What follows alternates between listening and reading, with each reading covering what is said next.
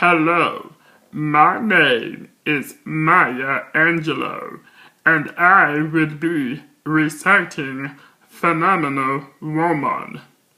Pretty people wonder where my secret lies. I'm not cute or built to suit a fashion model size, but when I start to tell them, they think I'm telling lies. I say, it's in the reach of. What's up, y'all? This is your boy Alexis Maurice, and I am revealing some of my beautiful secrets. Many women wonder how I keep my face so beautiful. So tonight I want to reveal to you that I use the Queen Helene Mint Julep Mask. So this is one of the many techniques that I use to keep my skin flawless. Thanks to one of my good friends, my little son, who recommended this mask to me, and so that's what it is. But what's up, everybody? So tonight I wanted to start playing catch up to my Real Housewives of Atlanta recaps. So like I said before, I was kind of on a hiatus, a sabbatical, due to the holiday season. So I'm really just catching up on the Real Housewives of Atlanta. I think the last recap that I did was a few weeks ago, when they first got to Anguilla. So tonight is, what is today's date? Today is Sunday, and I know the new episode just came on tonight, but it's Sunday, January 13th. So child, I'm late, but let me play catch up. So I want to pick up where I left off last time, which the girls was in Anguilla. And I have to say, Miss Phaedra, honey, the Bougetto went straight to ghetto when Miss Kenya had asked you that question about you allowing Apollo or bringing in a third party. And I appreciate you for just going ahead and stopping that mess in the tracks, because you was like, next thing you know, we be having threesomes and all kind of crazy stuff. So kudos to you for shutting that shit down quick, fast, and in a hurry. You basically told Kenya, keep your paws off my man and go on somewhere with all of that. Husbands are off limits. So that's right, Miss Phaedra. You better hold on to Mr. Apollo. But the thing is, it's like, Kenya, like I said, I like you, but you were kind of borderline disrespectful when you were flirting with Apollo and dancing with Peter. And first off, Cynthia, how Portia got to come tell you what's going on with your man when, both of y'all was making y'all booty claps, you on the back and Kenya on the front of your man? Sweetie, you need to reverse that quick, fast, and in a hurry. You need to make sure that you on the front and Kenya on the back. If y'all gonna, play around or whatever, you gonna tell me something, you gonna let it pass. Let it pass my ass. You better get your man, girl, because if you don't, there's some other hoe out there that definitely will. But I just think it was crazy that Portia had to remind you or tell you what was going on with your man, and you right there, everybody else paying attention, but you ain't paying attention. Peter gonna cheat on your ass, and then what you gonna do after that? Oh, shout out to Quick Trip, QT. They building them things up everywhere. They popping up left, right, left. First time I ever saw a QT was in Atlanta several years ago, child. And they got this, they got these little slushes and stuff like that. Them things are so good, so good. So, but this some Kool-Aid is something that I'm drinking. But anywho, back to the recap. I did think it was quite nice how Peter, decided to redo you guys' vows in Anguilla or whatever. It was nice and it was romantic. Quite boring, but at least y'all was free from your mama and your sister hiding marriage license and all kind of stuff like that. But the people want to know, Miss Cynthia.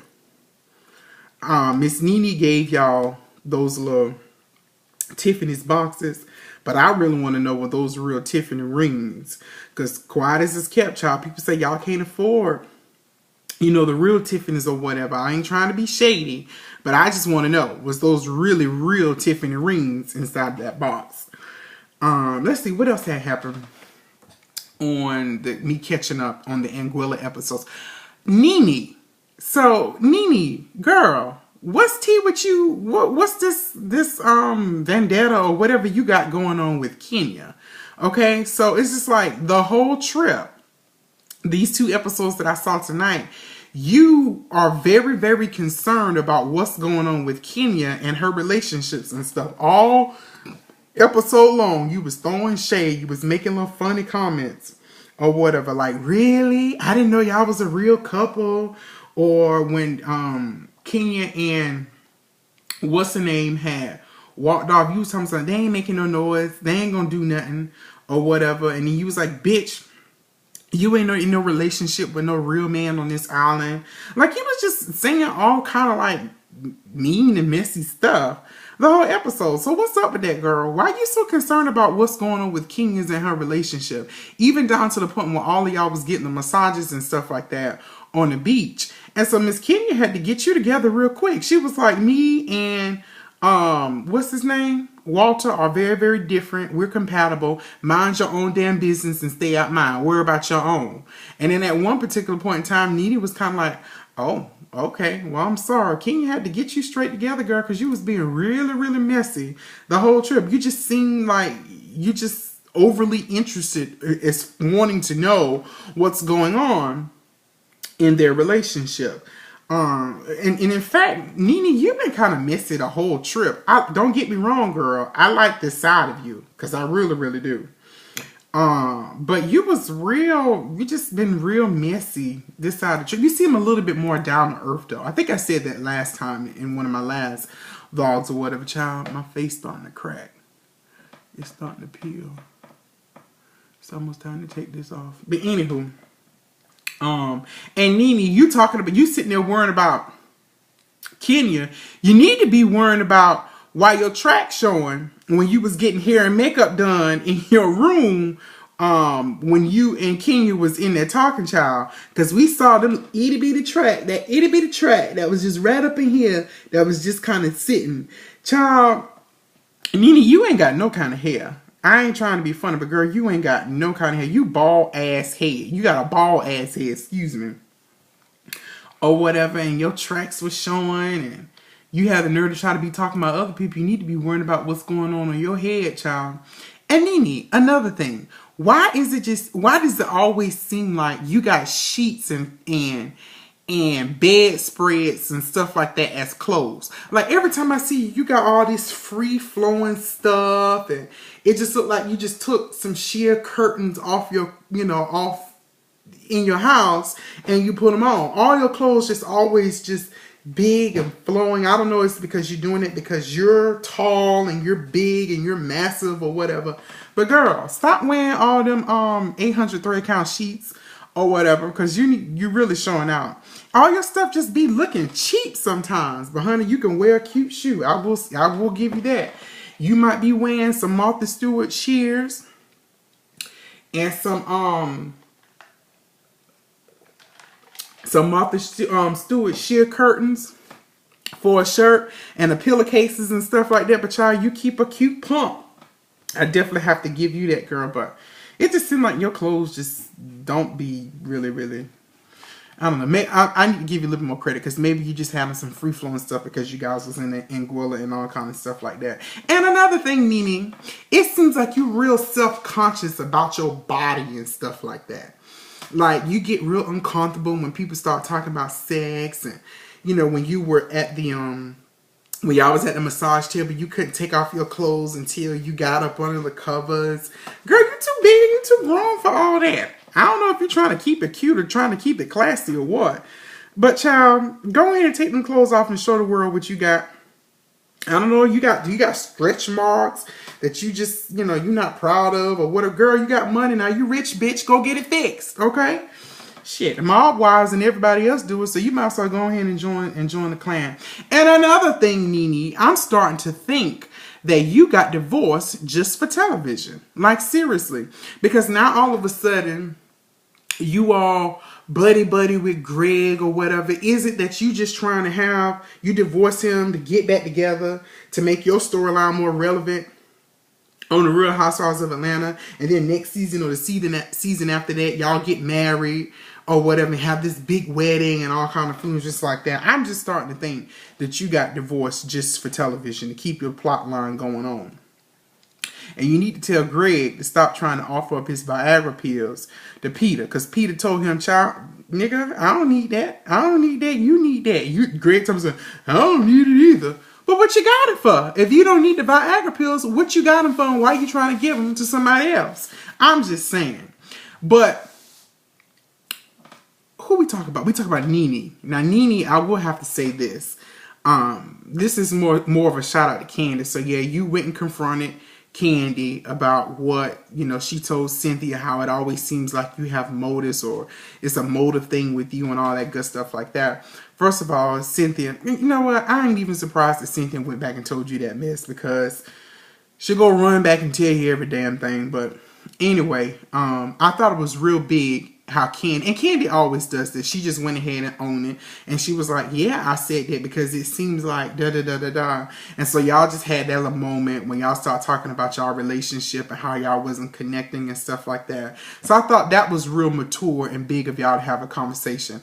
I just don't understand why Nene, why you can't go do the same thing with Kim, or why Kim can't turn around and do the same thing with you, or whatever. Just go ahead and make the past, and let's just go ahead and move forward so y'all can have fun again, because we like seeing Nene and Candy together. I mean, don't get me wrong.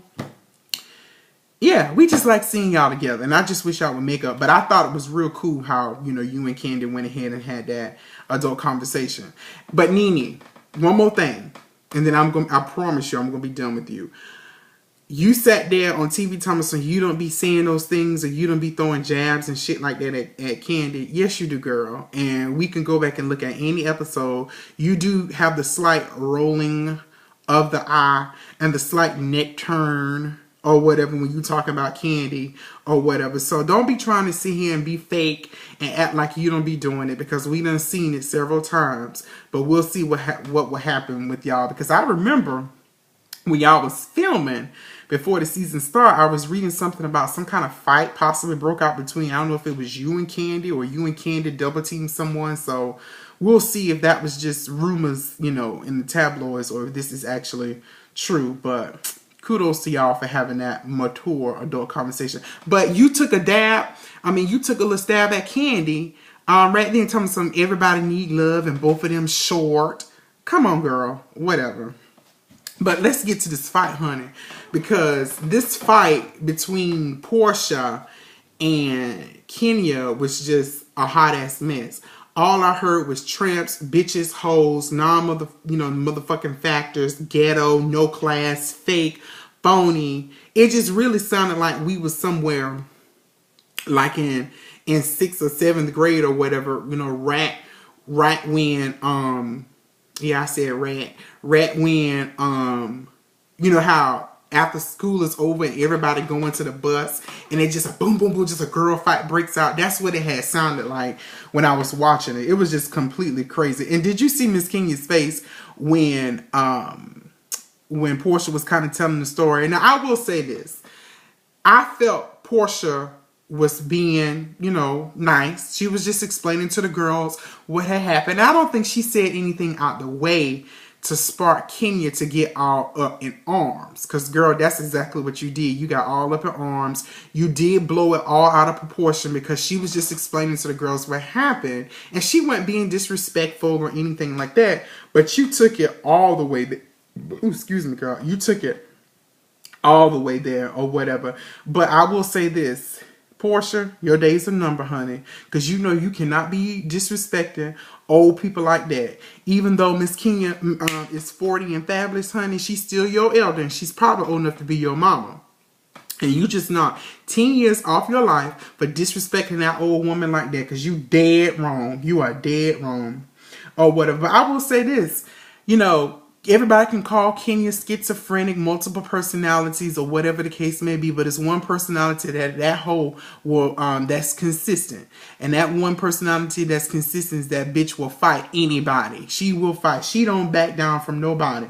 Portia said, call me a bitch again. And you know what Kenya did? She said, bitch. And then Portia got up and did what? Absolutely nothing. The same thing, how that little that little queen from the Bailey modeling agency had jumped all up in Kenya's face, and he was like, bitch, or what, I ain't who your bitch or something, and Kenya was like, you bitch, or whatever. Kenya is definitely about that life. So whether or not she won the crown 55 years ago, child, that was so funny when Portia had said that, whether she won the crown 55 years ago or she won it 40 years ago or 30 years ago, that heifer still will bang. She will still fight. And so everybody always talking all that smack, but Kenya will beat a bitch ass because she's definitely about what? That life, okay?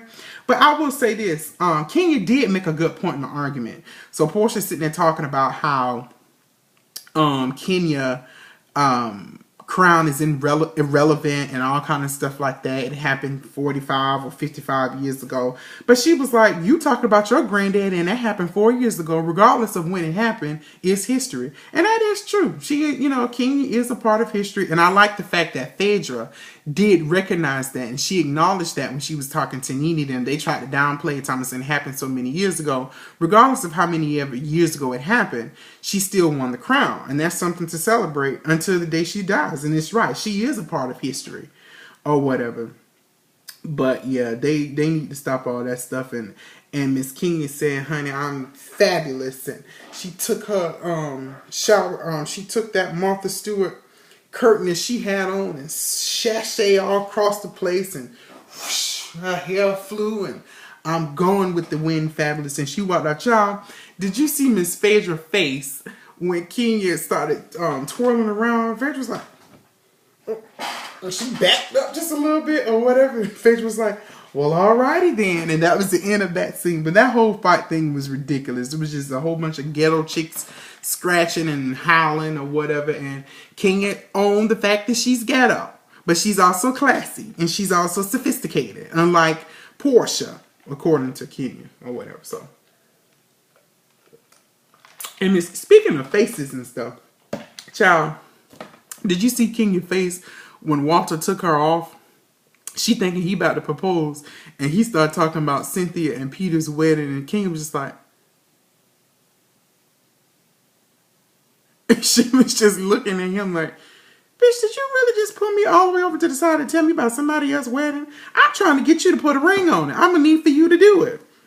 But that was funny. But Kenya, girl, proactive. I don't know if you need to put some bath salts on your face. Girl, your face is atrocious. It is, it's awful. You really need to do something about that.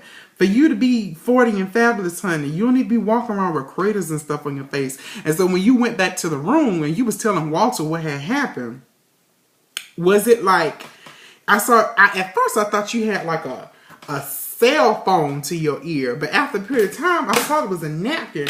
Because I did see you had like this big ass bump, this big ass pimple sitting on the left hand side of your face. So I'm trying to see if like that pimple had bust. It was, it just bust everywhere, and you just had a rag and you was just holding it to it until it drained out or whatever. What was that you was holding on the side of your face? Because it looked like a napkin, and I'm thinking one of your pimples had busted or whatever. Girl, you need to get your face fixed, because honey, it's atrocious. It's disgusting. And you, like I said, you are too cute and you are too fabulous for all of that. But I do appreciate you apologizing to the girls.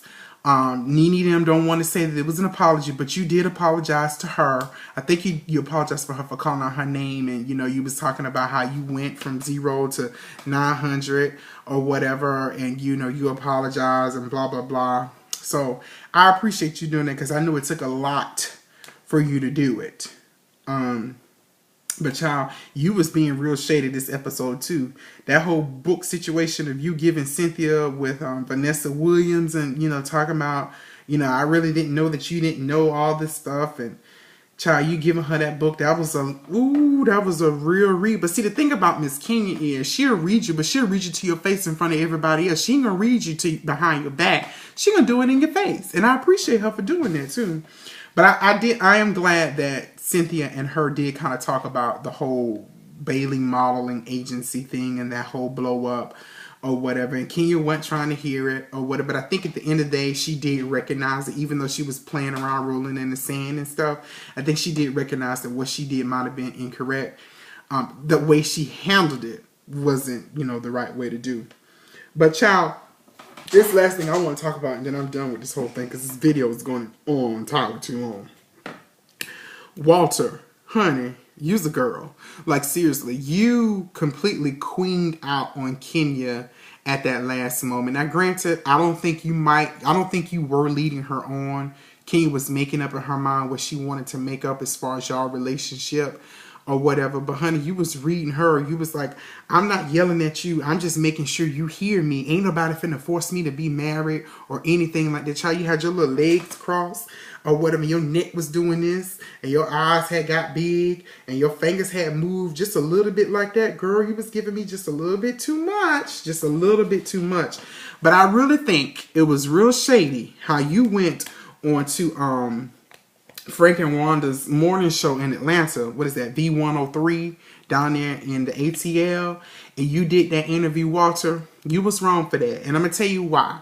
So yes, granted, you need to get your side of the story out of there. But I think it would have been appropriate for you to wait until the reunion show so we can, you know, help Bravo bring in more ratings. Or you could have just did that after the show was over. You didn't have to do it while the show was while we were still filming, because if I'm not mistaken, the preview that I saw for the next episode, you were talking to Kenya. So you should have waited until your last time on the show to do that whole video. I thought that was really, really messy. You know, people saying that you gay or whatever. I don't really care. No one cares really if you're gay or not. But I just think it was real salty how you went ahead and did that interview about Kenya. You ain't had to put that girl business out there like that. You could have just waited till afterwards to make to make yourself still remain relevant. You know, even though you got your own business and all that going on in Atlanta, from the way, you know, I've heard people talk about you in the ATL, you're very respectable and all that good stuff like that. But you ain't had to do it.